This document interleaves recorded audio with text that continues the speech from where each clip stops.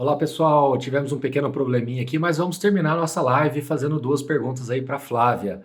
A primeira, Flávia, é como é que é estruturado um CRI de loteamento, né, do ponto de vista aí de originação. E da mesma forma, como é que funciona a estrutura de um CRI corporativo, aquele clássico contrato BTS, né? Quando o empreendedor quer antecipar um determinado fluxo. Tenho certeza que depois dessas perguntas, você vai conseguir aí explicar direitinho para todo mundo para fechar aí a nossa live de hoje. No mais, obrigado pessoal, valeu. Flávia, muito obrigado por tudo. Oi, pessoal. A gente teve um probleminha técnico aqui, a gente perdeu a conexão, mas o professor Baroni me deixou encarregada aqui de concluir para vocês com vídeo.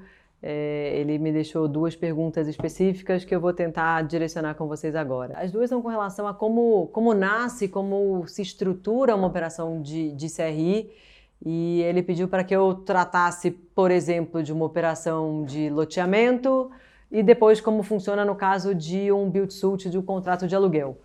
Então, vamos lá, eu vou tentar falar da forma mais simplista para que qualquer investidor aí de CRI ou do fundo imobiliário que compra o CRI entenda a dinâmica. Então, quando eu estou falando de um loteamento, eu estou falando de uma empresa que desenvolve ali uma área e faz toda a parte de infraestrutura de uma área para posterior venda de lotes para que as pessoas adquiram e construam suas casas.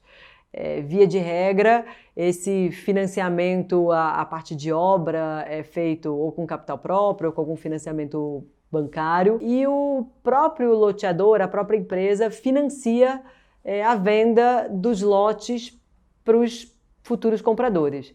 Então, dificilmente alguém compra um imóvel ainda em construção à vista. Então, muitas vezes as vendas são feitas a prazo, num prazo, por exemplo, de 10 anos, com parcelas mensais, e esse financiamento é inicialmente concedido pela própria empresa. O que acontece? Ele vai investir na obra, vai entregar em algum momento esses lotes para cada um dos compradores, para que eles possam, enfim, construir a sua casa. E nesse momento da entrega, a gente tem o que a gente chama de um recebível performado na outra ponta. O que isso quer dizer?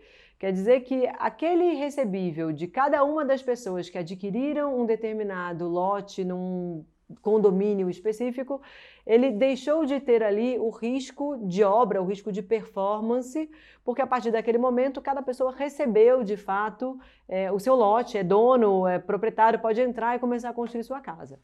Esse é um momento crucial na vida de um recebível imobiliário, que é esse momento da performance, porque muda muito o perfil de crédito daquele financiamento. A partir daquele momento, você deixa de ter o componente de risco do loteador, da empresa que está responsável por fazer aquela obra, aquela infraestrutura, e passa a ter tão somente o risco de crédito de cada um dos compradores que tem a responsabilidade de pagar mês a mês aquela parcela. E muitas vezes a garantia é o próprio lote, então é isso que funciona de garantia. Então, o que acontece é que nesse momento, essa empresa procura uma companhia securitizadora e mostra a sua carteira de recebíveis. Fala, olha, eu tenho esse condomínio, eu vendi essas unidades, eu tenho esses recebíveis que têm mais 8, 9, 10 anos de prazo. Ele mostra para a securitizadora o que foi o histórico de pagamento para que seja possível analisar o perfil daquela carteira, qual é o perfil médio ali de atraso e até mesmo de perfil de crédito dos compradores. E a securitizadora estrutura em cima dessa carteira o que seria uma operação de CRI. Então, a gente falou antes de subordinada, por exemplo, cabe numa estruturação como essa você pegar uma carteira de 50 milhões de reais e falar que vai emitir um CRI sênior de 35, de 40 milhões de reais e vai deixar uma subordinada de 10 milhões de reais. O que quer dizer que, ao longo da vida da operação, cada um dos compradores de lote paga o seu boleto, a securitizadora recebe todo esse recurso e direciona para o pagamento do CRI sênior e do subordinado de acordo com a regra que está estabelecido. Então, se eu tenho, no limite, até 10% de inadimplência, estou dizendo que o CRI sênior está adimplente e está recebendo.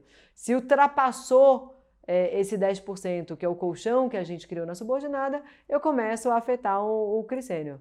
Então, essa é a dinâmica Vale para loteamento, vale para apartamentos, vale para casa. Essa é a dinâmica de uma securitização de recebíveis que o mercado conhece aí como pulverizados. É quando você tem uma carteira, você tem um conjunto de recebíveis, e em cima dele você estrutura esse trancheamento e essa emissão do título. Indo para a segunda pergunta, que a gente está falando agora de um build-to-suit, vocês vão entender que é extremamente mais simples e mais fácil, não só a análise do investidor, mas também o processo de estruturação. O que é o contrato build-to-suit? O contrato build-to-suit é um contrato de aluguel onde o dono do imóvel se responsabiliza por construir um determinado imóvel com a promessa de que uma empresa vai locar aquele ativo por um longo prazo. Então eu tenho alguém que tem um terreno e que encontra, por exemplo, uma empresa varejista que fala: eu tenho interesse em construir meu centro de distribuição no seu terreno. Se você construir para mim, eu me comprometo a alugar por um prazo de 10 anos num determinado valor. A esse contrato, o mercado dá o nome de build to suit, porque ele só foi construído sob medida para atender a demanda daquele locatário. Nesse caso, o contrato de aluguel é o lastro do CRI. Então, na hipótese da gente ter um crédito performado, ou seja, a construção já foi concluída, é simples. Eu tenho um contrato devido para uma empresa, a análise da securitizadora aqui é uma análise de crédito, de qual a capacidade daquela empresa honrar com aquele pagamento naquele prazo, eventualmente combinado a uma análise de garantia, de quanto vale aquele ativo, que caso a empresa deixe de pagar vai ter que ser levado a leilão e vendido para honrar com o pagamento do CRI, e isso vira o pacote do CRI. O CRI nada mais é do que o empacotamento desse lastro, dessa garantia, e isso é vendido para um fundo ou diretamente para o investidor. Eu posso ter aqui, aí é uma complexidade que eu também posso ter no exemplo do loteamento, uma operação de securitização feita antes da entrega do imóvel. Aí a gente está falando de uma operação de um crédito não performado e a análise, além do crédito e da garantia, tem que levar em consideração o risco daquela obra ser entregue ou não, que passa pelo risco da construtora, pelo tipo de contrato, pelo valor orçado de obra. Então esses são basicamente os dois exemplos que o professor Baroni pediu para eu contar para vocês. Uma pena que a gente perdeu a conexão ao vivo, mas deixo aqui meu muito obrigada ao Baroni, a Suno, a oportunidade de estar aqui em contato diretamente com os investidores dos fundos que estão comprando os nossos papéis. Deixo a porta da RBSEC aberta, quem quiser conhecer, saber mais, pode ligar para a gente, pode mandar um e-mail, entra no nosso site www.rbcapitalsecuritizadora.com.